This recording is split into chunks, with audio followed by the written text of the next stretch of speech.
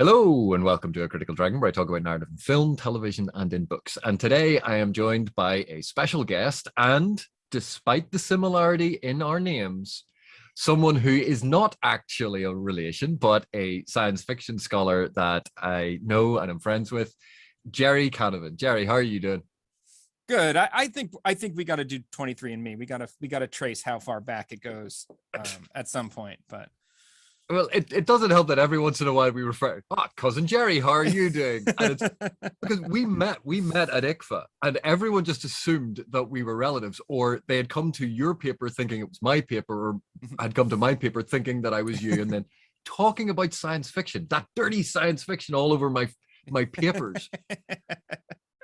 we've got Trudy Canavan out there too. I think we've got to make contact with her at some point. Which also not a relation. It's like, what are the odds? Science fiction scholar, someone who is a recovering fantasy scholar, but and a fantasy author, all sharing the same name from completely different parts of the world. But Gerry, today I thought we talk a little bit about adaptation, like different styles of adaptation, different things that go into adaptation, because it's something I've been quite passionate about recently. It's been almost like a golden age of a lot of books that we loved and stories that we loved being adapted into TV shows. And it's nice to get different opinions on this about the different things that certain adaptations are doing and whether or not they are new phenomena, old phenomena, and how we approach all of this. And given that you are a filthy science fiction academic, I thought that it'd be a refreshing perspective because, we share knowledge and experience and training, but we come at things from a slightly different angle. So what do you think? Yeah, I'm into it. Some of the examples I have are going to be fantasy, though. I may disappoint you. Well, in which case I will offer rebuttals for anything that you say that I disagree with. So the thing that came to me first in thinking about this is actually my experience. I teach a Tolkien class. We have a Tolkien's papers at Marquette, weirdly, where I teach. They got them off him right before he became one of the most famous authors in the world, and he sold them for nothing and kept the deal. And we've got the manuscripts for The Hobbit and The Lord of the Rings here. So it's a great class to teach. And I've just found that it's really almost like a reverse adaptation class, because so many of them are coming to this from the movies, and then they read the books, if they read the books, and then they're taking my class. So we study it a lot from the perspective, like, what did Peter Jackson do to Tolkien to turn it into a film? And then what do we feel about the changes he made? And it's been very interesting. I don't show the movies, but I show clips from them. But a lot of it has to do with like things like Tom Bombadil and the Scouring of the Shire, right? That just wind up being not suitable for the film version for like perfectly sound reasons, but from the perspective of the Tolkien purist, right, become like inexcusable omissions. Well, and that's it. It's like when we think of like key aspects of even just the Fellowship, it's what 17 years that Frodo spends in the Shire after getting the ring. Bilbo leaves. It's 17 years later, and then the quest starts. Right. And you think, oh, well, Jackson could have done a time lapse, which they did in the Bakshi version. They showed the flickering of the seasons passing to show the passage of time. But it just sort of went, no, he got this, and then a couple of months later went, right, time to go, because of the conflation of time period. And people who I think saw the film didn't quite realize how significant that change is. Mm-hmm. But then, like the traveling out of the Shire, going through the wood, the encounter with Old Man Willow, the encounter with Tom Bombadil, where he rescues them and they hang out with Tom and Goldberry. Then they go, right, we're off on our quest, go to the Barrow Downs, and Tom Bombadil has to come by and rescue them again. And you look at all of that stuff, you go, that's actually quite a significant chunk of text. And it sets up a lot of how ill-prepared the hobbits were and how reliant they were on other people really to look out for them. And you contrast that with the end of Return of the King, where they return home and they are so very different. And in Jackson's version, that contrast, while it is still there, I don't think is emphasized anywhere near as heavily as Tolkien did. Mm-hmm. But with the exception of some hardline Tolkien purists, I don't think the majority of people think that harmed the film, despite the fact that it is like excising quite a sizable chunk. Yeah. They go, oh yeah, but like, who cares about Tom Bombadil? And you're like, I do. You look at the thing, it makes no sense. He's established the ring, which is already a massive retcon, is this artifact of massive, pure, like materialized evil. Gandalf wanders off to go try to research it or something, right? 17 years go by. And then immediately upon leaving the quest, you go to somebody on whom the ring has no effect, who thinks it's a joke, right? He takes it from Frodo, hides it. He's immune to its evil and immune to its invisibility. And then the whole rest of the time, they're constantly thinking about, well, why didn't the ring work on Tom Bombadil, right? Like when they get to the Council of Elrond, they have to have this debate. Why don't we just give it to Tom Bombadil? He could hold on to it for us, right? They're constantly fretting in this odd way about Bombadil. It is a good omission, right? From the perspective of like building narrative tension. But to Tolkien, it's such a key thing that Bombadil is there. And as this other kind of mode of what it might be to live in the world, rather than, Gandalf is a general, Bombadil was something else. And when Gandalf is freed at the end of the book from being a general, when he's done what he needs to do, he says, I'm going to go talk to Tom Bombadil, right? Like I want to check out this other way of living. And throughout the whole thing, Frodo was like dreaming of Bombadil's house and thinking of Bombadil, right? And what Bombadil might represent for him. So to me, you need it, even though it makes no sense, right? And it truly shouldn't be there. The Scouring the Shire is very similar. It's an extra ending from a book that already has 15 endings, right? Like if you were to add another 40 minutes to the end of Return of the King so that you could do The Scouring of the Shire, you'd have an almost unwatchable film. I truly think if it had been a couple years later, they just would have done it as 4 movies, right? Like they did, done Return of the King Part 1, Return of the King Part 2. But still, it's so key to what Tolkien is imagining, that the Shire falls to fascism, that it too has to be liberated, it has to be renewed in this way. And that poor Frodo, who all he wants at this point is to be left alone, right? He gives away Sting. He says, I'm never going to lift a sword to anybody. When he gets back to the Shire, all he does is go around begging people not to hurt each other. And yet it ends with a massacre, right? Where 17 hobbits are buried, and the text doesn't really tell you who killed who or which side the hobbits were on, right? It's just this kind of mournful, like final, stab under the fingernails for poor Frodo, who never gets what he wants, right? And Tolkien again believed in that. He that's part of what it is to be Frodo. It's part of what it is to be a veteran, right? It's part of what it is to grow old in this world. He would have never allowed it to be cut, and it was one of the first things he thought of, right? In the earliest documents, he imagines them coming back and having to deal with Sharky. And I think actually not knowing what side the hobbits were on is so key to that aspect, because it's one of those ones that regardless of what side you're on, the fact that they died is the important thing. The fact that conflict resulted in these deaths, it's showing that the conflict itself was wrong. It should never have gotten to that stage. And so it is almost irrelevant which side that they were on, because the loss is in the loss of life, not that, oh, well, they were on that side and they were on that side. And that I think in our world, in these times, we've become so inured to violence because it's so prevalent, but also the surety that we are right, almost like the just war doctrine, that, well, if you're on the right side, it's almost returning to that lie about the importance and valor of killing people if you are right. Yeah. And we see it in superhero films, because one thing that has always confused me about superhero films, and I was talking to Brian Dietrich about this the other day, and he happened to bring up Daredevil in season 2, the debate between Daredevil and Punisher about the difference between a vigilante and a superhero. And it's episode 4, episode 5, I think, of the second season. And it's fascinating because so many of our superheroes, films that have proved so popular with the MCU, they're not really heroic so much as they are Judge Dredd, that they are judge, jury, and executioner of people who are on the wrong side. And if you're friends with them, if you share a history with them, well, okay, we won't kill you, we'll try to rehabilitate you. But everyone else, be it some poor security guard working for minimum wage, no, you get offed. Usually while the hero is having a quip with their friends. And you go, what sociopathy is this that we're promoting this as heroic?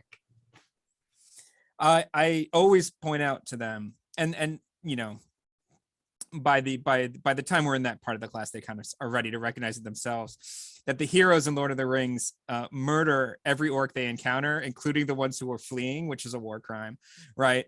To the last man, every single time, right? Whereas the only people that we ever see treating their prisoners well are the orcs when they capture Merry and Pippin. They feed them, they keep them safe, right? They speak to them. Like everything we associate with kind of like, you know, the Geneva Conventions, the orcs are the only ones who are actually following that sort of thing.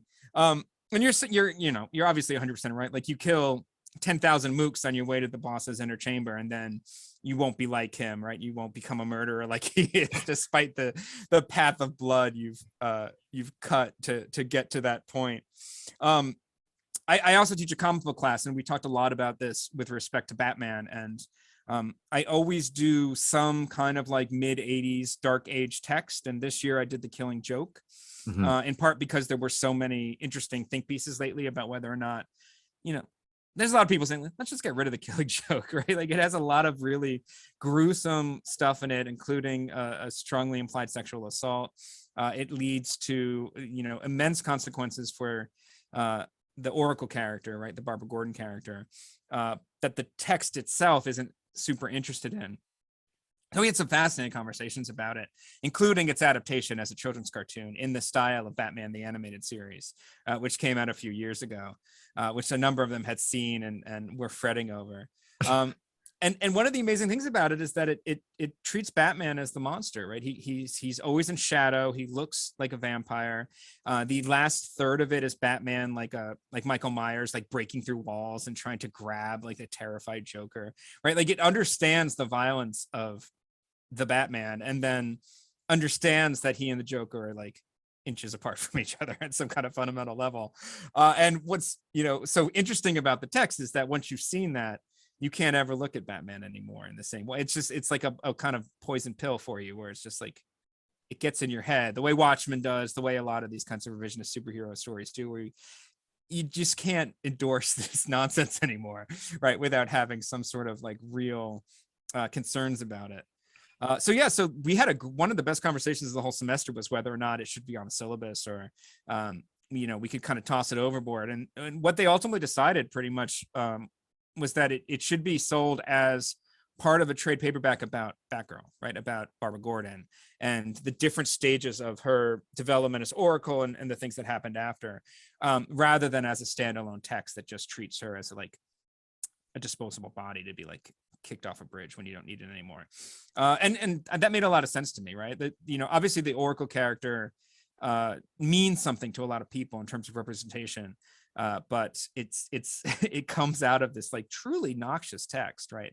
That even Alan Moore has said he thinks might be too ugly to study.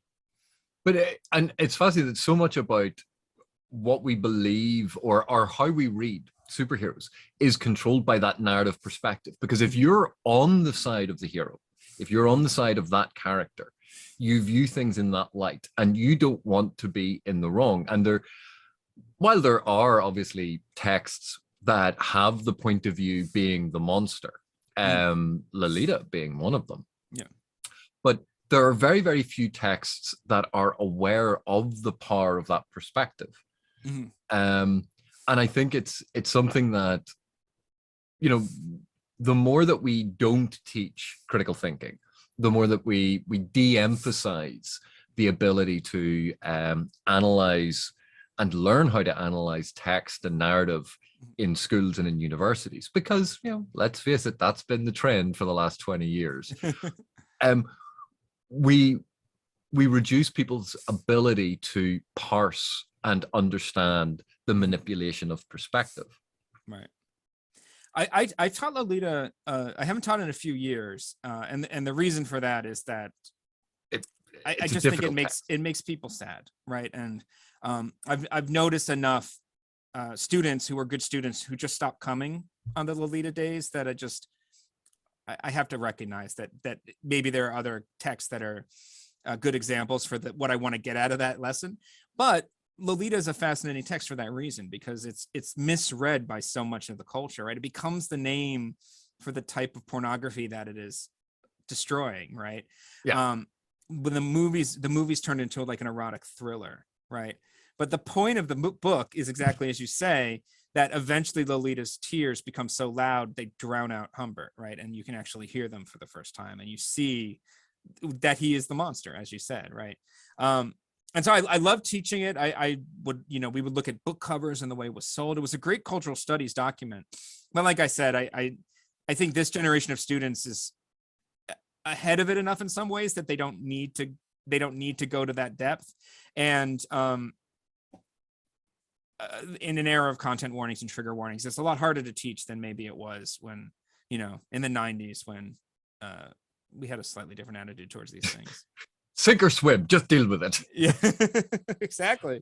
That's how it was when I read it. I mean, nobody told me what was in it before I read it, right? But actually, trigger warnings are an interesting one for me, because obviously a lot of that comes from the PTSD and trauma and being aware of what can set that off. Yeah. And I think there was a lot of pushback against the idea of trigger warnings on books. And yet we have parental guidance notes on music albums. We have a rating system for film and television that goes, you need to exercise guidance, and this is the reason why. And there are a couple of things. It's not giving away huge plot points, but it's saying, like, if you want to make a choice about this, make an informed choice. And we accepted in all these other media, but there was this huge push against even the mere mention of trigger warnings on books. And I think part of it was the idea that it was called trigger warnings, and people weren't thinking about it in terms of the concept and how, the idea of grading things and letting people know the type of content within is really common in other forms of narrative. Yeah. And this is just an extension of the same. Plus, I don't know about your parents, but my parents quite often would, back in the day, go, oh, this was a 15. Is it suitable for my kids? And they would make a judgment. They wouldn't go, oh, you are under the age of 15, therefore you cannot watch this. But they'd make a judgment on it. And they'd go, well, actually, I think he'll be fine with that, because they know their kids. And you have the same thing with books, except books have built in a literacy barrier. Until you're this tall, you cannot get on the book ride. And now with audiobooks, we've removed a lot of that barrier to accessibility. And so we understand listening and hearing language at a far earlier age than we understand the reading and decoding of symbols on a page. And so I think in this day and age, actually, the concept of trigger warnings or content warnings on books actually makes a lot more sense now that we have these much more accessible ways to get at the narrative. Yeah, and I think some of that does come out of a kind of fandom culture too, right? Of it was de rigueur to do this in fandom before it was required to do in the classroom. The ones I give are usually for sexual violence, suicide, because suicide is so contagious, right? And then certain types of violence, right? Especially if I have a veteran in the class or something like that. And I tend not to show movies that I kind of recognize will be obviously triggering. When I teach zombie fiction, I teach prose fiction or comics as opposed to the film, because I've just learned over the years that there are just some people who cannot engage with horror as in film, right? Visual horror. I do teach. I taught a horror manga this semester in my class, Uzumaki. And the students who hate horror loved it, like it because you control the page turn and you control like the speed of it. And it's not jump scares, but it's more kind of cosmic horror. They were all 201 horrified and disturbed by it, possibly permanently, but also really enjoyed it and thought it was just an amazing text. So I was really pleased with that. And I've had similar kind of luck with zombie stuff that isn't gory film. And that's, I think that for me is one of the great strengths of literature, is that, you know, when you're reading, you are in absolute control, and you know what? I'm setting this down for half an hour. I'm setting it down for an hour, and you just walk away, and then you can pick it back up when you feel like it. Whereas, you know, sometimes when you're sitting watching a screening of something and you go, it's in your face, it's visceral, you can't pause it, you can't stop it, because you're sitting with all of these other people, and it can be very, very uncomfortable. And because it is so visual and visceral right there in your face, it's harder to look away. But for a book, I'm just gonna set it down. Ito, the author of Uzumaki, is just the master of the page turn too. So like they came to understand that eventually I was going to turn this page and I was going to see something I didn't want to see. And a number of them did describe taking breaks or walking away, but I had only assigned the first 6 issues because it truly is an incredibly disturbing book. Tons of them read the whole thing, and they were just like, I have to keep going and like force myself into this situation. Even a number of people who, one of them started a podcast called The Girl Who Was Scared of Everything Reviews Horror because she liked Uzumaki so much she wanted to dive deeper into it. See, she sounds exactly like me. Horror, I've edited horror stories before and horror novels, and horror has to be one of my least favorite speculative sort of genres or subgenres, because I'm a big scaredy cat, and I don't enjoy that tension, that fear. Like it that is the one type of speculative fiction that I am far more wary about than, and I will read almost any science fiction or fantasy. Absolutely. Oh, let's see what this is. Right. Horror, it's slightly more trepidatious because I'm just a big fraidy cat. But we have wandered away from adaptation, young man. Well, what did you expect? Well, this happens anytime we talk. But okay, well let's talk about fidelity as a concept, I think, with adaptation, because you'd start off with the Lord of the Rings, and in certain respects Jackson's Lord of the Rings is incredibly faithless, that it excises, it conflates, it removes, it jumps around, and yet I think the vast majority of people who watch those films go, no, but it's a fair representation of Tolkien's story. So like where do you fall in this concept of fidelity, and how you assess whether fidelity is important, or what aspects of fidelity are important? Yeah, but before we were talking about a kind of like, you know, box ticking version where it's like every incident from the book is also in the film, represented precisely the same way, and has the same vibe to it, right? And that's how I know something is a good adaptation versus a bad adaptation. And I completely agree that some of the best adaptations are incredibly faithless to the text, precisely because they're adapting it for a new medium that requires a different sort of temporality, right? I've watched 9 hours of the extended editions, right? I could probably go 3 more hours, right? And I would be okay because I'm that type of person. But you understand why the excisions are being made and what is kind of attempting to be kept. I think for the Tolkien purists, where Jackson's films go wrong is just the loss of the kind of larger spiritualist context, right? The kind of Catholic Tolkien, right? That's something that I think my students, I'm at a Catholic university, so they're kind of coming primed a little bit for Catholic stuff.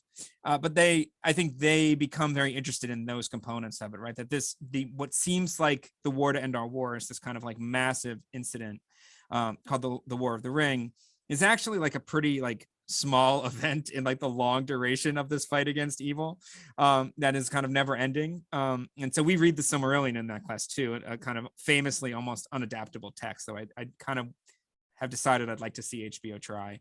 And you get some of that stuff in Lord of the Rings too, you know, this kind of more spiritual dimension, right? That Frodo is going through something that isn't just about a kind of traditional fantasy narrative about, traipsing through traps and looting orcs and things like that, right? And the films do a little bit of that, but the books do a lot more. And I think my students tend to find in the end that they still really like the Jackson films, but they don't find them to be faithful in that way anymore by the end of my class, right? Which is funny because I'm an atheist teaching at a Catholic university, so it's not my intent to convince them that Tolkien's Catholicism is what they should endorse. But I think they come to see it as really key to what Tolkien thought he was doing, and what Jackson absolutely does not think he's doing. Yeah, because in that regard, it's almost like Tolkien had a very strong spiritual element that he's infusing his text with. And then here we have a director coming along with the team of writers. They're going to adapt it. They go, right, we're getting rid of that stuff. We're going to tone down the spiritualism. And in a sense, imposing a completely different ideology on the text, making it much more materialistic, much more focused on the temporal. Rather than the spiritual. And you go, that's a complete change in ideology. When we look at the Jackson movies, they're much more sort of action adventure oriented, with almost like a psychological realism of the idea of PTSD from trauma being added in. But that actually is, in some respects, you could frame that as a very political reading of Tolkien that changes the ideology of the original text. And yet we don't regard Jackson's work as faithless. Because it's adaptation. Right. It's taking something and creating a new narrative vision of it. So that's interesting because when I teach the section on Boromir, right, he becomes almost like the major antagonist of the first part of the book, right? And his problem in the novel essentially is that he's a materialist, right? He doesn't have any of the spiritualist mumbo jumbo in his mind. He doesn't think that, God has ordained a plan by which they will destroy the ring. He's just he's like, we have this tremendous asset in a war against evil that otherwise will overrun us. The smart thing to do here is to use the ring to destroy Mordor, and then we could get rid of it if we want to, right? Like, this is what we should do, is take this lucky advantage and use it to save everything that exists. And your plan, Gandalf, is demented, right? Like, you're going to take it to Mordor and try to sneak it into a volcano that you think will destroy it, right? There's no reason to do that. And so much of the, there's the same thing with like the meme about the eagles. Why don't they just call the eagles and fly it into the volcano, right? And you could be done with this thing in 45 minutes. They all rely in some sense on the presence of the book as a grounding thing to explain to you, if you start to ask these questions, what the correct interpretation is. But Boromir and Faramir, right, within the films don't make sense as characters in the same way that they do in the books, because that context is lost, right? And they just he becomes like the kind of bad brother, and the other one is kind of the good brother, right? But the point of Boromir in some sense is that he's a good man who just doesn't believe. He's the good man who doesn't have the ordained path, right? Whereas Aragorn and Gandalf do. They have faith that Boromir lacks. And because this I think is, it goes to a lot of the things because about faithful adaptations, because a lot of the discussion around this is about faithfulness to the text. Right. And people can never adequately explain to me what they mean by that, because quite often it's is the narrative event depicted as it occurred in the book. And you go, but that's not faithfulness. There's so many different aspects and layers to narrative that just translating the narrative event or the superficial recreation and replication of the event is not necessarily being faithful. That's replication and copying. It's not adaptation. Because when we have, and we've seen this with a number of TV show adaptations, which is because of the change of medium and because of the change of structure, tend to be radically different. So when you had 3 Lord of the Rings books, so the way that it's traditionally published, turned into 3 films, you go, it's a 1-to-1. You go, we're going to do the Fellowship of the Ring, here's the Fellowship of the Ring film. But if you turn it into a TV show, you go, well, how many episodes do we have? Right, so how do we break down the peaks and troughs of dramatic tension in a novel? to match the peaks and troughs that we want for dramatic tension over a season. Mm-hmm. What aspects, what are the hooks that we have for episode 1 to get people watching? How much do we need to foreground stuff because people are going to get bored if they're waiting week on week? That you front load some aspects, and then you go, oh well, we've had a lot of high dramatic moments. We now need a respite for the audience. Let's have a different episode here where they can take a break and relax. That it's not maintaining the same pace.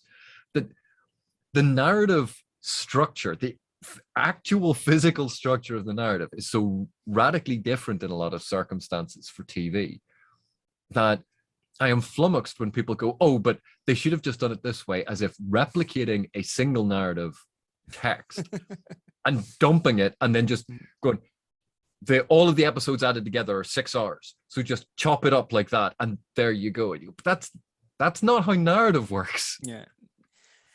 Yeah, I mean, I think the unnamed term there is just the need to run these things as long as they can conceivably run and not a minute longer, right? So I thought an example that springs to mind is The Handmaid's Tale. I thought the first season of The Handmaid's Tale was a remarkably effective adaptation of The Handmaid's Tale. And then I stopped watching 3 episodes into season 2, and I was like, oh, I see. They're gonna do a loop now, and they're just gonna replay the same story beats over and over again, where she almost gets away and then gets recaptured and tortured again forever, right? Until they get canceled. The inability, especially in U.S. Kind of television production, to call your shot, right, and say this is 12 episodes, this is the whole thing, right? I really creates that sense of like indefinite present, right, where you can never advance the story to the narrative beats you would need to do, whether you're faithful or not, because you have no idea how many more episodes you have. And typically you find out, oh no, we have 5 more episodes, right? And so it's time to wrap it all up. Time to wrap it up. Exactly.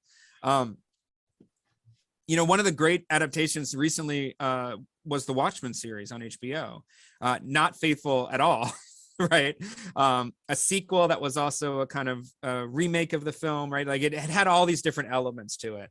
But because it was only 9 episodes, it wound up being a kind of perfectly complete object in a way that if they had gone with what seemed to be their original plan of doing season after season, it would have become something else, right? But they created something that felt like Watchmen,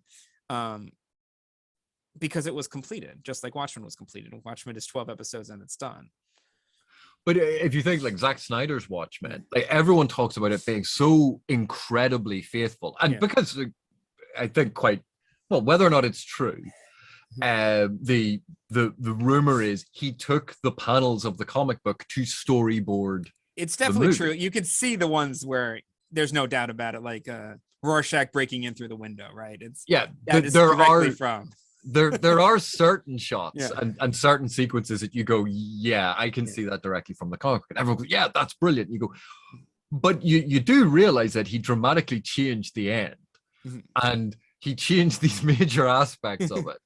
And I think one of my issues with I quite like Watchmen as an adaptation. I thought the montage sequence at the beginning to introduce it as a divergent parallel world was incredibly well done. But one of my problems, the movie is never better than that 6-minute sequence, and gets quite a bit worse. I've watched it with enough classes now that I can tell you the precise moment when they lose faith. It's the sex scene between Night Owl and Silk Spectre with Hallelujah playing. There is an energy in the room as they process what they're witnessing, and the film never wins them back after that moment. They are tittering, they're talking to one another, they're like shouting at the screen. They just completely lose the spell in that terrible moment. But that early part is spellbinding, right? Like the idea, the just the images, the almost like comic like images, montages of different moments of the Watchmen history rules.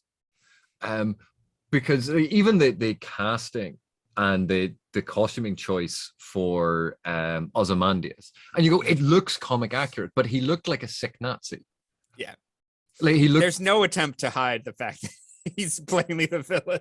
And you go, because of the coding that we're so used to in filmic narrative of, oh well, sickness equals a physical sickness or a physical appearance of weakness equals a moral sort of thing. But the whole point was he was meant to be beautiful and attractive, and the falsity of that, or so much about Watchmen, I think, is fantastic. Like it looks beautiful, but for me, the narrative storytelling drive of the film, it loses steam and it loses sight of what the comic book was actually doing. And yet it is frequently cited as one of the greatest comic book adaptations of all time, because precisely in the idea of being faithful. And yet, like Matt Reeves' The Batman that recently came out is an amalgam of a whole bunch of mishmash, different pieces of Batman from different periods of history. And we can see something in it that is definitively Batman, but it is clearly not faithful to any source text. And like all the superhero films are canonically, or in terms of lore, all over the place. But I went into the Batman with a feeling of dread. I knew I would hate it. And I was sitting there and I was thinking about Michael Caine's Alfred, and I was like, I will never accept another Alfred, right? Like, I just can't. Why are we doing this to ourselves? And I loved it. I thought it was so good, as a version of like Batman Year One and all these other kinds of stories. And by the end, I was like, I hope they don't ever make a sequel. Like this was perfect. Like, I don't want to see the Riddler and the Joker team up with King Tut or whoever, right? And like run amok again. I thought it was like a kind of weirdly perfect one-off Batman adaptation, right? For the moment that Batman becomes not vengeance, but a hero, right? Like, I was really attached to it by the end, as somebody who truly would have thought they're never going to get better than the Nolan movies, right? Or they're never going to get better. At some point, the two of us need to discuss the Nolan movies, because I have thoughts and none of them will be popular on the internet. The third one is so bad that I think it's hard to remember that the other two were pretty good. But it sounds like maybe you're not even going to go there. Well, there are certain directors who, and actually Nolan I have an awful lot of respect for. I like a lot of his movies, but I thought the second Nolan Batman was about 45 minutes too long and a plot thread and a half too many to be juggling, and it could have been much more powerful to do it in a different way. And I know a lot of people have different opinions on this, but going through those films, I detested the third one because essentially the politics in it were so abhorrent and confused, and the message that was being sold by the film didn't match any of the actions of the film. And you don't think leftist reformers are just the stalking horse for psychopaths who are simply trying to hurt everybody? And oh yes, let's trust this billionaire who's designed cold fusion that would save the entire planet's energy crisis. But because we, the public, can't be trusted with it because someone's going to make a bomb, you're not allowed to have it. So all of those hundreds of thousands of people who get poisoned by bad air every year, whose health is ruined by it, that's just the cost of this, because the human race isn't. Oh, go away. And you're 100% right about Dark Knight, that the movie should have been the Joker movie, and then the setup is for the Two-Face movie, that they tried to do the two movies simultaneously. And that if the third movie had been Batman trying to save Harvey Dent from Two-Face, it would have been that. I mean, that's what it should have been, but they seem to have a crisis of conscience that maybe they weren't going to get another one, or and they had to do it all in one. There's so many times when I talk about, when you're reading something and you go, the logical extension of the narrative is to go here, and when a film or a series or something suddenly goes over there, you go, what? This isn't subverting my expectations. This is you taking a blow to the head and not understanding your own narrative. I really feel like I started to see under the map a little bit when I came to understand that most science fiction trilogies are one book that has all your ideas in it, and then a sequel in two parts, right? That's bloated and not well thought out, right? And then almost all of them are sold that way, right? They're sold as one book that then is given two sequels that are kind of stretched out, and that's why they almost always fall apart or have weird extensions or like complications. Middle book syndrome. Right. The middle book syndrome is just that it's one story spread out over 2 books and it's too long. Almost always. Right. So, but even I was thinking of some of the adaptations that we saw where someone took a book series and they went, we're going to change genre, or we're completely radically changing it. And it came up in a discussion about the Dresden Files TV show, the very short-lived Dresden I don't think Files I've ever seen this one. It ran, I think, on Sci-Fi, and it was one season with Paul Blackthorne. I remember it being advertised. And they set it up as a basically it was going to be a police procedural, a detective show, episodic narrative, and either once a season they were going to do like a special episode that would tie into one of the books. So it was all of these. Every week would be him solving a supernatural crime, and then a double episode or a special episode would focus on the book that they were using. That's a kind of fun gimmick, honestly. And when you think of what they did with the Lucifer TV show, where they went, Lucifer comic book, and obviously Lucifer DC character in Gaiman's Sandman, but there's the Lucifer comic book, and he has a piano bar in Soho in London. Right. What's the natural way to adapt this? Well, we'll make it a police procedural in LA. And yet, episodic narrative where you have every week the case of the week that Lucifer is going to help them solve.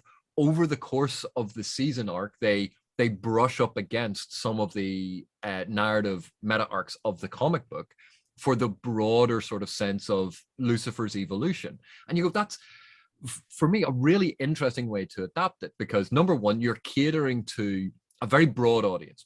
More people enjoy police procedurals and murder mysteries than are going to enjoy a season-long exploration of Lucifer having a metaphysical crisis. That there's more audience appeal in solving murders. So you cater to that audience, but you also include those elements, those nods, the Easter eggs for fans of the comic book as a way of going, we know where this came from, and we want some of you to be able to watch this and enjoy it. We know it's not the comic book, but we do care about it. Here are these fun things. And when I see shows like that, I'm always reminded of the difference between a streaming service and network TV. Because that idea of the episodic narrative is such a hangover of a level of technology and an approach to storytelling that was dependent on broadcast TV. Whereas we have become so conditioned now. Oh, you want to watch that show? Well, I just binged it this weekend. I watched it from start to finish. That is such a recent phenomenon, and it's not accessible to everyone. Right. But it's changed how we think about narrative, I think, and about narrative structure, that you go, this is feasible now, where it wasn't in the past. Right.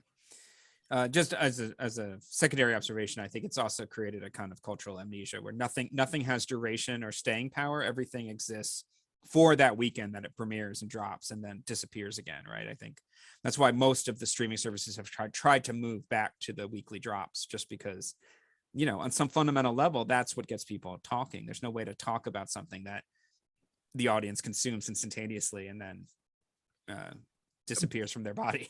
and not even that, it encourages a feeling of instantaneous gratification and an inability to wait in your audience, which is never a good thing, because audiences are voracious and will demand more and more.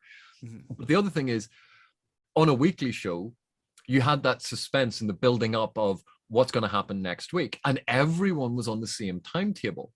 And now it's, oh, well, it launched this weekend. God, I don't have time this weekend. I'll watch it next weekend or the weekend. And you go in, you don't have water cooler conversation. Because no one's watching it at the same time. No one's on the same schedule. And there's a rush to see it as quickly as possible because of a fear of plot spoilers.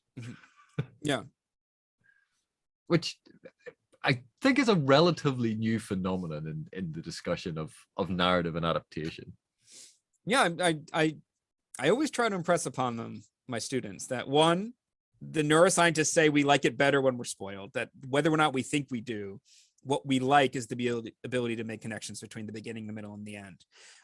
And that in the kind of evolutionary environment, right, everything in human history up until like 1900, that's how stories were told, right? What you were experiencing was a story you already knew, right, told in a new way, right, or told with a new emphasis. And that the idea that the point of narrative is suspense is a kind of particular sort of like distortion of how narrative works that's only really existed for 100 years or less. Because like even thinking back to the oral tradition, where the idea that someone's going to come up and go, right, I'm going to tell you the story of the Iliad, and everyone in the audience go, oh, I've heard that one. Tell us another one. Right, Red Riding Hood. No, I know that one as well. I know what happens. You know what? The wolf did it. Yeah. And it was the joy of the experience was how it was being told. Yeah.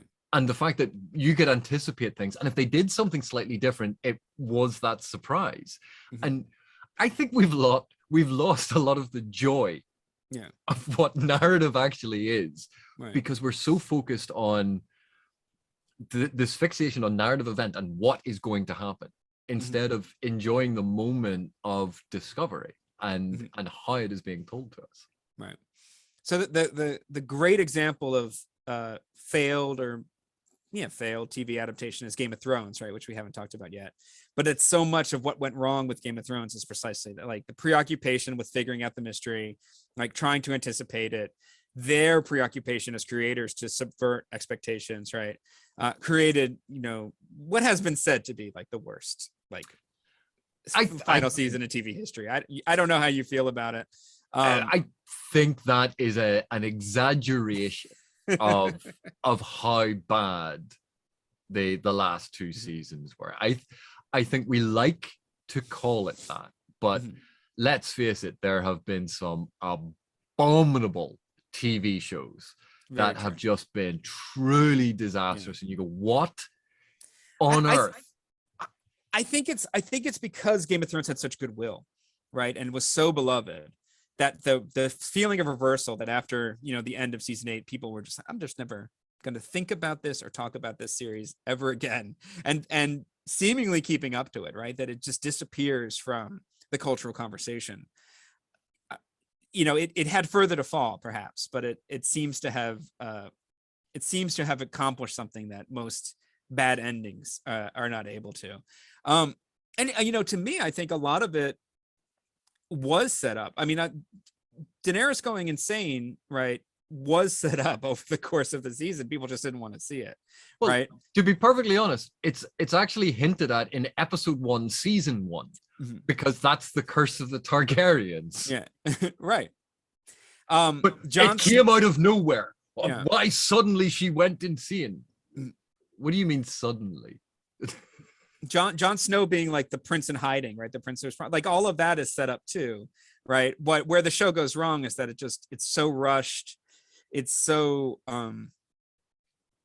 uncautious, right? Like one of the things that people liked about Game of Thrones in the early seasons was that it took people a long time to get from one place to another, and then by the end they can essentially teleport, right? And there's no kind of like Tolkien with his ruler trying to figure out like how long it's going to take Frodo to walk 120 miles over marshland or something, right? They lost that sense of it, and it started to feel like a kind of bad video game. And I think part of the issue with the Game of Thrones ending was what you pointed out there about subverting audience expectations. Do you remember the TV show Lost? And the first season of Lost was absolutely stunning. And I remember people starting to create fan theories, and they conjectured about what had actually happened and how it, and I think so much of Lost then it kind of wandered off the point. And one of the reasons why the ending of Lost fell flat was they kept, for every season, coming up with, well, they've already guessed that thing, let's just introduce this thing. They'll never see it coming. And you go, the reason no one's ever seen it coming is because you've just invented it on the fly and haven't thought it through. Right. And they did that because they could see fans working out where the story was going. And instead of sort of just leaning into it and going, yeah, but we're going to tell it in the best way possible. Yeah, if they had done that, a lot of fans would say, oh, well, That was obvious from whatever Yeah. part of the season. And I had already worked it out. Those fans secretly are feeling smug and self-satisfied and going, yes. Mhm. And there's actually an enjoyment to that. Right. And You'll never convince me that the point of Lost wasn't that they were in purgatory and died in the plane. Like that the original pitch was that, and then everything else was trying to pivot away from what people had guessed. and I've heard a lot of creators talk about how the internet is just too good. Like there's no secret you can create that won't be leaked or figured out by some weirdo on Reddit, right? And you just can't make a show that's about a twist because it will be guessed. And if it's all about the twist, it won't be rewatched, right? It has to be pleasing along the way, even knowing what the twist is. So I think of something like Severance, right? Did you watch that on Apple? Yeah, not an adaptation, except maybe like a kind of like weird, The Office but evil or something. well, right? I can't. There is a short story. They put out a book too. Yeah. No. There was a short story a number of years ago that is coincidentally remarkably similar. So crypto adaptation. But yeah, I mean, I knew a lot about what was going to happen going in, but it's just, it has a kind of ambient feel to it and a creative vision that I still really liked watching it. Right. You can't have, in an age of Reddit and an age of fan theories, you can't have a twist that will pay off for the 100% of the audience. And even if it does, even if you somehow do it, that's opening night. And then the next night, everybody knows. But even with even how they market things, I actually think studios need to stop dropping teaser trailers and announcements a year before something comes out, because by the time there's a feeding frenzy, and then by the time so the announcement, we're making this show, and everyone's speculating and they're going to do this, and then here's the first stills. Right. By the time it gets to the show actually airing, I think people are exhausted. Oftentimes, I think they are, and as you say, they're incredibly creative. The Spider-Man trailer had a 5-second clip of one Spider-Man swinging out to fight the Lizard and Sandman, and they broke it down, and they're like, you can see that the Lizard moves his head this way. That means he's being kicked by somebody that's been made invisible in this trailer, but it's actually one of the other Spider-Men, right? And they were able to like reconstruct the actual scene based on this, like, it may not even be 5 seconds clip, right? But they were able to spin out an entire theory based on sloppy trailer editing. And there's a million things like that where things have been leaked or discovered. For Spider-Man, the most recent Spider-Man, it was kind of part of the advertising, right? Was the game of whether or not the other two Spider-Men were going to be in it. Everybody knew, even if it was officially barred. But Doctor Strange, right, wound up getting hit because people had speculated out bigger reveals than actually existed in the trailer based on the leaks and the rumors. And so that's people were unhappy with what they got, even if they hadn't known anything, they would have thought it was, an amazing transformation of what was possible in the MCU. And a lot of this, the expectation game, I think we can point to examples where the expectation game has come off flawlessly. You go, they struck gold with the approach that they used, the timing of things, and how things unfolded. But most of the rest of the time, I think the expectation game is a losing game for the creative team who are making the thing, and for the fans. I honestly think that the expectation game ends up punishing fans, that your expectations are sent in the wrong direction because of misdirection. It has to be, otherwise you already know everything, or they are built up to such an extent that even if the most pitch perfect, absolutely insanely expensive, amazing product came out, it still will not live up to what you've created in your mind. And I think part of thinking about adaptation is understanding the practical limitations and the practical considerations that go into adapting a story, that it's not about trying to recreate what is personally in your own brain from when you read the book. Because I can guarantee you what you saw in your brain is not what I saw. That we saw similar, but in a lot of respects, very different texts, even though we read exactly the same book. And fans that I'll let you in on a pet peeve. They're not making this for the true fans. Mm-hmm. Anyone who claims ownership of a text like that to say, well, you only read it once, you're not a real fan. They're doing this for a general audience and not the fans. And you go, they're going to make new fans. Adaptations speak to a big, broad audience who then go out, buy the thing, and go, oh my God, the book is better. And suddenly we get our fandoms expanded. We're book readers. We almost always prefer the book over the film. Right.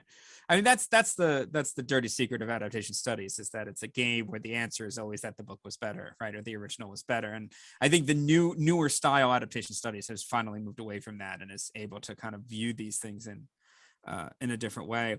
I was thinking while you were talking about something that's been coming up a lot in fan studies lately, which is the kind of like that fandom has become almost a kind of like fantasy showrunner game, where it's like, I imagine myself as Kevin Feige. I remember myself trying to, move all the pieces around. And it's like, well, now I know that they have the X-Men. So their 5-year plan is to bring the X-Men in. So every one of these pieces is just dropping a hint so I can get to the X-Men, right? And creating that kind of narrative. Or if you think about the way Endgame was discussed, where it's like, I know the following people's contract are up with the conclusion of Endgame, and so therefore I can map out how the end of this film is going to have to go to get rid of the people who are no longer under contract or are too expensive to renew. But the actual experience of watching the film, the emotion of the pathos of it is not about the contractual status of Chris Evans, right? But it's about what the characters do and how it builds on. So there's an extent to which that kind of fandom is destructive of your own pleasure, right? To be too inside baseball. Well, and that metagaming aspect of it, the inside baseball, it can be incredibly insightful into what's happening. And, for us as academics, when we're analyzing things, you go, oh, this additional information now explains why that thing happened. That's fascinating. But an analogy I think actually works quite well is a role-playing game. Where you have all of the players sitting around and, you're all from this village where you know nothing and you've been transported into this adventure. And the games master's going, oh, and this giant creature emerges and blah, and they're describing it and everyone's going, wow, this is great. And then one of the guy goes, it's a troll. We need to kill it with fire because they're going to regenerate. And this is how many hit points they have. And everyone goes, dude, you're a blacksmith from a tiny village. You're a blacksmith's apprentice from a tiny village on the far side of the world. How do you know this is a troll? Oh, well, it's in the monster manual. I read it. Yeah, but your character doesn't know that. And they metagame the actual narrative experience that everyone is meant to be enjoying. And because of that, while that might be how they enjoy it, it ruins it for everyone else because that's not what they are there for. Right. And we have a tendency to universalize our preferences. You go, this is how I view the world. These are the things that I like. And this is obviously how everyone else thinks about these things. Right. I did a study of Star Trek and Star Wars novels once, novelizations and the expanded universe stuff. And one of the things that really struck me is how the more dedicated you are to a fandom, the less reliable knowledge you have about it, right? Like the person who has seen the 3 Star Wars movies once knows what's true about Star Wars more than the person who read the 107th worst Star Wars novel with, the Green Bunny, right, who was in the comics, and Mara Jade, all the stuff that got taken out, right? You gather as a true fan, you gather all sorts of weird like detritus to yourself, right? And become preoccupied with that stuff. Whereas the casual fan is the one who actually knows the information you need to know to watch the next one, right? And I do think fans do damage to themselves sometimes by knowing too much, right? Or becoming preoccupied with that knowledge. But I am a fan. I am probably one of the worst offenders of this when it comes to like my beloved Star Trek, where my vision of what Star Trek is correct, and the people who make Star Trek hate it and hate me and keep ruining what should be perfect, right? Like my reaction to some of these things is uncontrolled, right? And I can't stop myself from feeling that way, even as I know it's bad for me, and I should just, yes, let the hate flow. Give in to your feelings. Isn't that a Star Trek thing? That's a Star Wars thing. I know I'm not that bad. But it's fascinating when the concept of lore and canon, which is obviously certain franchises build up a huge amount. Star Trek and Star Wars both have enormous sort of histories of lore and canon, and yet they're entirely contradictory. There's a whole load of random stuff in it. The difference between something that is important to canon and something that is unimportant to canon, that distinction is rarely made.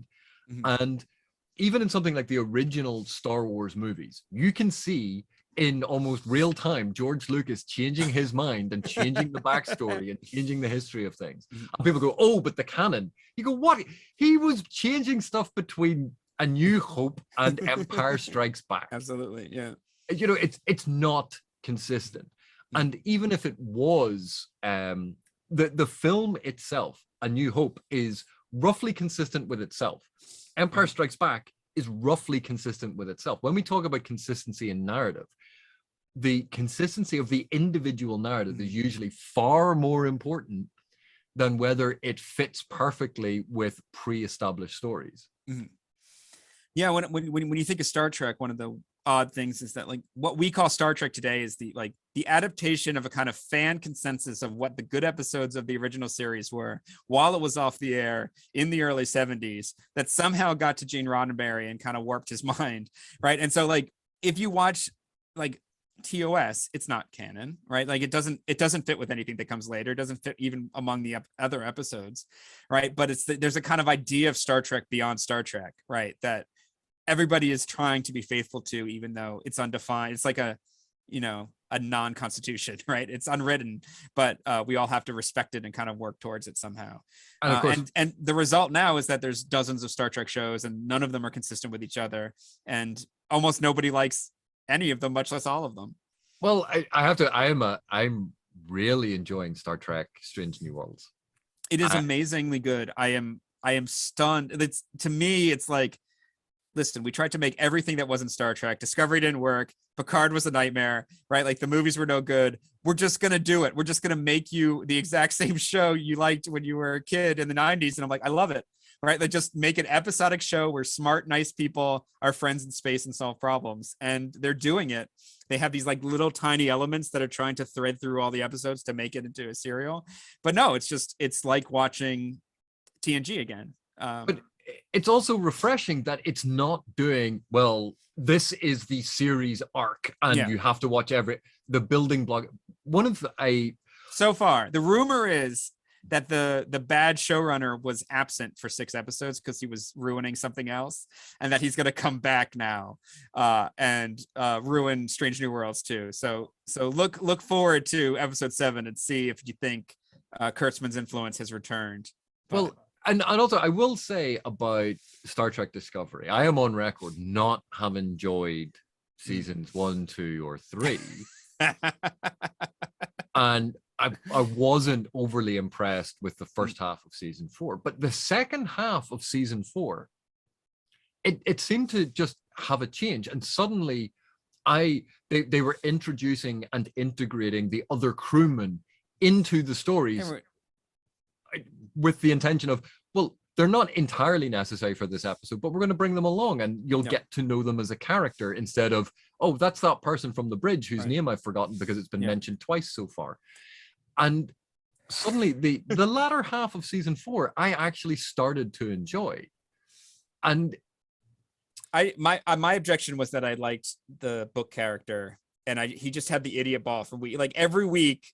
Tarka would betray him and he would be shocked, and then the next week that even worse sudden but inevitable betrayal. Yeah.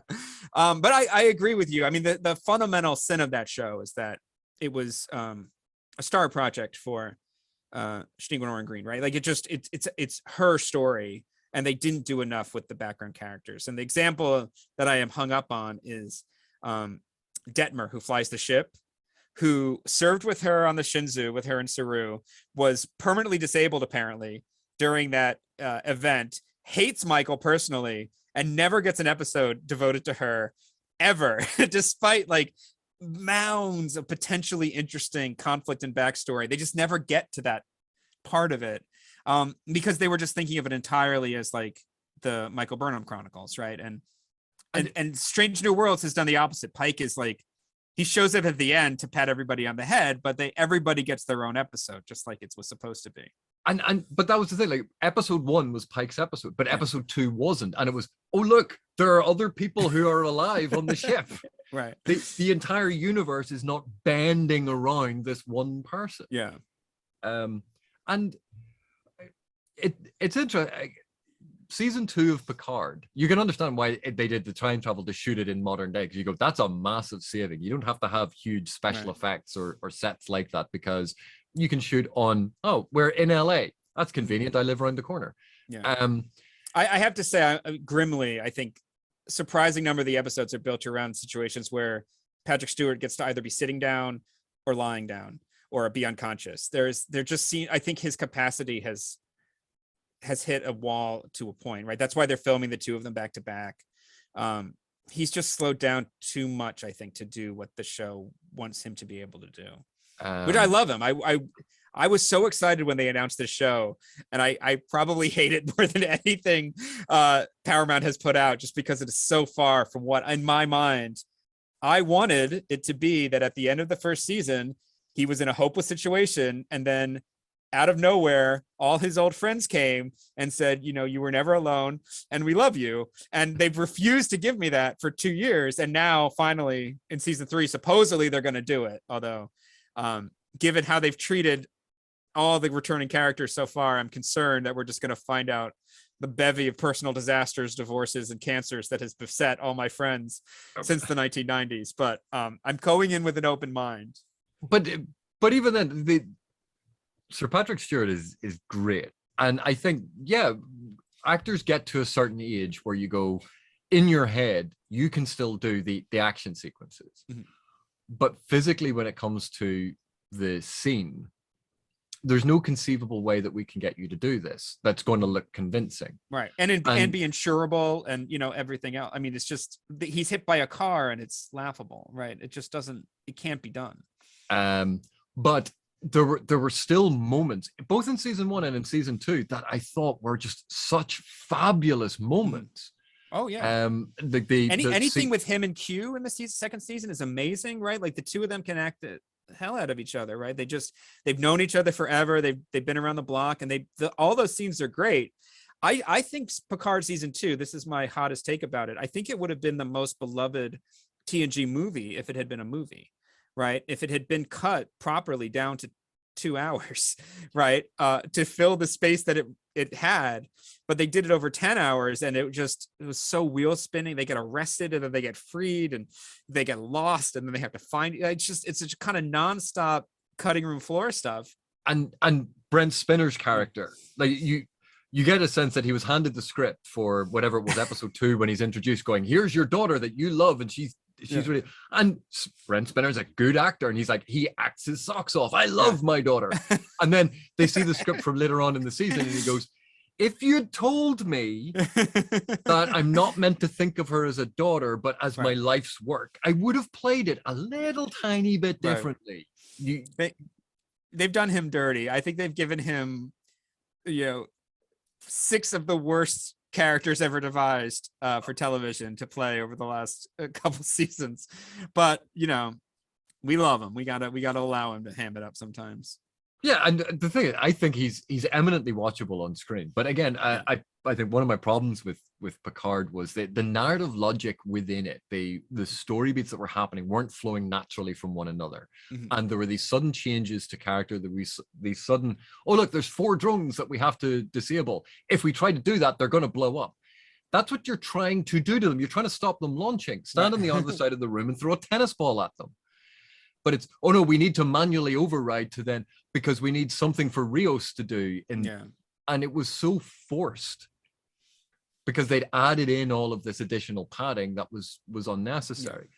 But to tie it back to Discovery, season 2 of Picard had a compelling narrative reason for why the universe was turning around Picard in that season. And that never happened in Discovery. It's just, oh, well, isn't it lucky that Michael Burnham was Spock's sister that we never knew about, and her parents invented this thing, and she's the only one that can save us. Yeah. At least Kirk had a crew. Sometimes the others did things. And that was a dissatisfaction that I had with Discovery, that everything was revolving solely around her. And that wasn't compelling enough for me because the narrative logic kept falling down. Right. But we've actually been talking for quite a while here, Jack. I could go all day. But we never covered it. So one of the ones I wanted to talk about was Starship Troopers, which is one of my favorite adaptations. And yet it does everything wrong with adaptation. Changes the politics, changes the meaning, changes characters, right. Reorganizes things. And you go, it in some respects, really bad adaptation. And yet so much of it is a brilliant adaptation. It's an enjoyable film. It's consistent with itself. It is clearly based on the book and is recognizably based on the book. Right. I think Verhoeven's Starship Troopers has to be one of my favorite adaptations of all time. Oh, it's fantastic. And I don't know. I think I'm lighter on Heinlein than you. Maybe I feel like the novel may also be satirical, just in a much more like drier way, like totally straight faced. But there are elements of what you come to see in the film that are obvious in the book when you turn to it. But yeah, that's a tremendous adaptation. It's such an odd document, right? But I think about it all the time, right? Particularly, living in the US as I do, as we slide into fascism, the kind of constant, service guarantee citizenship. Would you like to know more? I feel like some screen somewhere in my life is telling me that at least once a day. What's really fascinating, I think, even about the Starship Troopers adaptation, I agree. I think you can read the book as a very straight-faced criticism of it, but most people don't. Most people just read it as the thing. And I think Verhoeven, because of his exaggeration and because of what he decided to do with it, makes it very, very clear. But when you watch the sequels of Starship Troopers 2 and Starship Troopers 3, which, by the way, don't, it never occurred to me to even think. Starship Troopers 2 was clearly, okay, you have a budget of a pint of lager and 2 packets of crisps and this one soundstage, go forth and remake, was it Screamers or the Fifth Enemy, or the one about infiltration? So that's what they had to do. And then Starship Troopers 3 was just remake the first one without any understanding of what made the first one work. Because they copied Would You Like to Know More? And you go, right, I know you're copying it, but just copying it doesn't mean that you understand how it was being used. When people, we see this, I think, with, because of Game of Thrones popularity. Do you remember there was a spate of very adult fantasy or historical fiction shows? Right.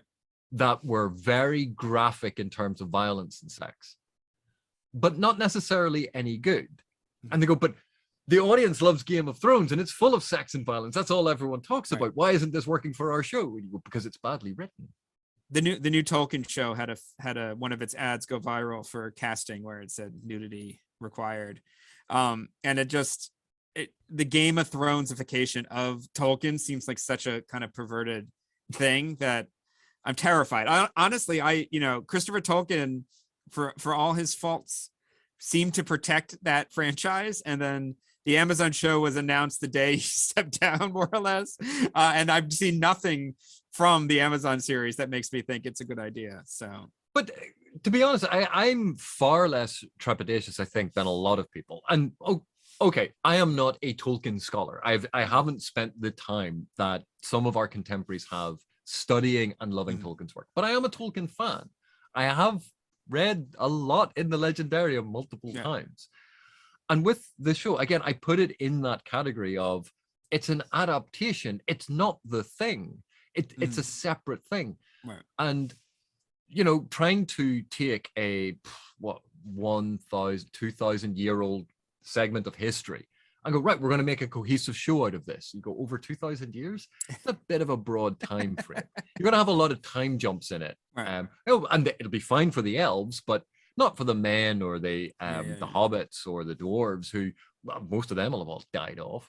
So you'd have this constant cycling of actors, and you go, well, just conflate the time period. That changes the lore and canon, AP. Don't do that. It's a show based on Tolkien's work. It's inspired by Tolkien. Why people think it has to be exactly what was in Tolkien, I can't wrap my head around, because if I want what was exactly in Tolkien, it's on my shelves. I can pick it up, and I want to experience the world. I want to be surprised. I want to see Tolkien's world in a new light. Like, you and I have both been to sessions where someone has presented a paper on Tolkien, and we think, oh, we've heard everything. We've been studying fantasy and science fiction forever. We've been going to the same conference where people always present papers on Tolkien. And every once in a while, you'd be sitting there and someone will say it, and you go, why have I never thought that? Where did that come from? And it's a new way of seeing the text. And for me, adaptation is so often a new way to appreciate things, to look at things that we already love, or even to reconceptualize why certain aspects we love and certain aspects we overlook. And adaptation, for me as a fan of things, does that. Adaptation in terms of, am I going to be entertained? That's not whether or not it is close to the book, because it's a film or a TV show. It has to work as a film or TV show, not that, and that has nothing to do with the source material. Here's why I'm bearish about it. And this is coming to me through my graduate student who wrote his dissertation on Tolkien, Brian Canavan. So I'm going to shout him out. He pointed out to me that, this show has been in development for 3 years. It's supposedly coming out, I think, next year. And we've never heard a plot summary. We've never seen any moving images. All we've seen are still images of characters and sweeping New Zealand vistas, which are essentially repackaging exactly what we already know. And his position, which I tend to agree with, is that there is nothing to the show. This show is just going to be an attempt to give us exactly what Jackson did. So yeah, I'm pretty bearish on it, even though I will watch every episode because I love both Tolkien and Peter Jackson's versions of Middle Earth. And we're masochists. Even if we hit something, we'll go, yeah, but maybe there might be something in it I like. Right. And this happened to me with a lot of things, even though there are certain shows that I did not think were any good, that I really wasn't enjoying. But even with Star Trek Discovery, there were episodes that the majority of the episode was good. There were episodes that they had some incredibly good scenes in. And I mightn't have liked the show overall. I mightn't have liked how they dealt with some of the season arc stuff. But I couldn't deny the fact that even me, as someone who disliked it, it looked good. The special effects were good. The costuming was good. They had the essence of good stories here and there. There were some powerful scenes that there was still some enjoyment to it. It's a beautiful show, and times a really brilliant show. My objection to Discovery is philosophical in some ways, that I just don't think. I think they made choices early on in the development that I wouldn't have made, and everything has kind of flown out of those decisions, right? Specifically, centering everything on Burnham and the mirror universe stuff, which I just cannot abide, because I don't think the mirror universe makes sense. But and also, everyone in the mirror universe is really important. You go, yeah. Like even Kirk, when he went to the mirror universe, wasn't Emperor. Yeah. Why is suddenly all the people I know in this version of reality, when I go to the mirror universe, they're all really important. Yeah. Well, why aren't any of them some pleb working on a moon as a miner? Right. That's the thing. The mirror universe. Everybody in the mirror universe is more successful than our version, right? Like Tilly is a captain already, right? Georgiou is the emperor, right?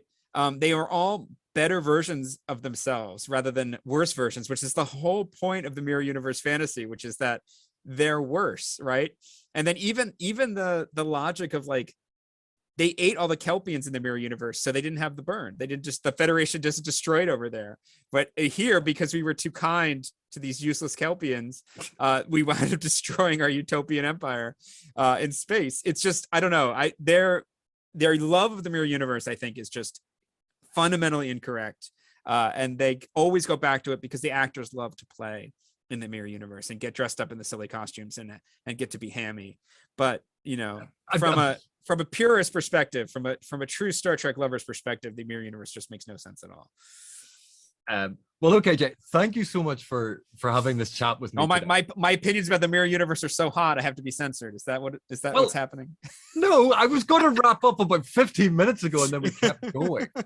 But what I was going to suggest is maybe we can catch up again and do another chat and expand on some of the things that we talked about, because there are a bunch of different adaptations and films and texts that we just didn't get around to, because, you know, as per usual, we have fun talking about this stuff. Yeah, I mean, the one thing we were really going to talk about was, we talked a little bit about remakes and sequels as adaptations, right? I think there's a lot of interesting stuff there that we could dive into in some future date. Yeah. So if you're up for that, it'd be great to do it, because reboots, remakes, sequels, and how they change things, and retconning even as a concept.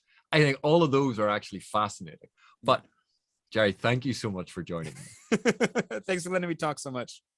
And for those of you still watching, thank you very much for watching. Thank you for your continued support, and we'll see you in the next one.